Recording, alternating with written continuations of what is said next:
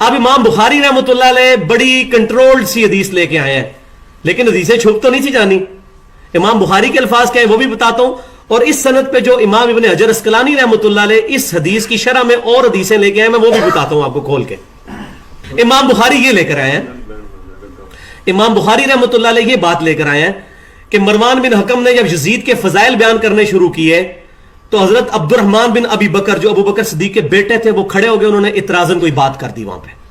لیکن اس کے دوران جو باتیں وہ کیا ہوئی، کیا اعتراضاً بات کی تھی، وہ کیا ہوا کہ یزید بن معاویہ کا نام جب لیا تو مروان بن حکم نے کہا کہ اللہ تعالیٰ نے امیر المومنین سیدنا معاویہ رضی اللہ تعالیٰ عنہ کو ایک بات سجھائی ہے، وہ چاہتے ہیں کہ مسلمانوں کے وسیع تر مفاد میں اپنی زندگی میں اپنا ایک جانشین بنا دیں، اور یزید بن معاویہ کو انہوں نے سلیکٹ کیا ہے اپنے بیٹے کو. اب ظاہر ہے سامنے صحابہ بیٹھے ہوئے تھے، وہ سنتے تھے یہ بات، اور ساتھ ہی اس نے کہہ دیا جیسا کہ ابو بکر نے مرتے مرتے حضرت عمر کو خلیفہ بنایا تھا تو حضرت امیر معاویہ بھی چاہتے ہیں کہ اپنے بیٹے یزید کو خلیفہ بنا دیں. تو اس پہ حضرت ابو بکر صدیق کا بیٹا کھڑا ہو گیا، اس نے کہا بکواس بند کر، یہ ابو بکر کی سنت نہیں ہے، یہ کیسر و کسرہ کی سنت ہے اپنے بیٹوں کو اپنی خلافت پہ نامزد کرنا. یہ بات ہوئی تھی جو امام بخاری لے کے اعتراضاً کچھ کہا، اور باقی کتابوں میں یہ موجود ہے. انہوں نے کہا ہاں تیرے بارے میں اللہ کے نبی نے فرمایا تھا جب تو اپنے باپ کی پشت میں تھا کہ مروان پہ لعنت، اس کی اولاد پہ لعنت، حکم پہ لعنت، اس کی اولاد پہ لعنت، تو اسی کا بیٹا ہے نا. ابن حجر اسقلانی نے انصاف کیا، لے آئے. وہ جو الفاظ ہیں وہ منقطع روایت ہے محمد بن زیاد کا سیدہ عائشہ رضی اللہ عنہا سے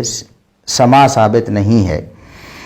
اب جب ایک منقطع روایت اور جو ضعیف روایت ہے جو کہ السنن الکبریٰ نسائی میں 11427 نمبر پہ اور مستدرک حاکم میں 8483 نمبر پہ موجود ہے، تو وہ محمد بن زیاد کے سیدہ عائشہ رضی اللہ عنہا سے سماع نہ ہونے کی وجہ سے وہ روایت مردود ہے، ضعیف ہے، منقطع ہے، غیر ثابت ہے.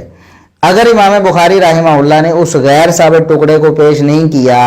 جو آپ کے باطل عقیدے کا جو ہے نا وہ ایک ستون بن رہا ہے، اسی پر آپ کی بنیاد اور آپ بار بار اسے بیان کرتے ہیں،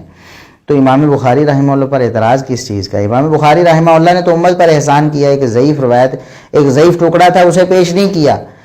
آپ کا مقصد یہ تھا کہ امام بخاری رحمہ اللہ ضعیف روایتوں کو بھی اپنی صحیح میں صحیح کہہ جاتے. یہ کیسے ہو سکتا تھا؟ امام بخاری رحمہ اللہ اگر ایسا کر بھی جاتے تب بھی کبھی بھی یہ ایسا نہیں ہو سکتا تھا کہ پوری امت جو ہے نا وہ اس پر اتفاق کر لیتی. صحت کا علماء بیان کر دیتے کہ دیکھیں فلاں روایت جو ہے اس میں انقطاع ہے، لہٰذا وہ صحیح نہیں ہے.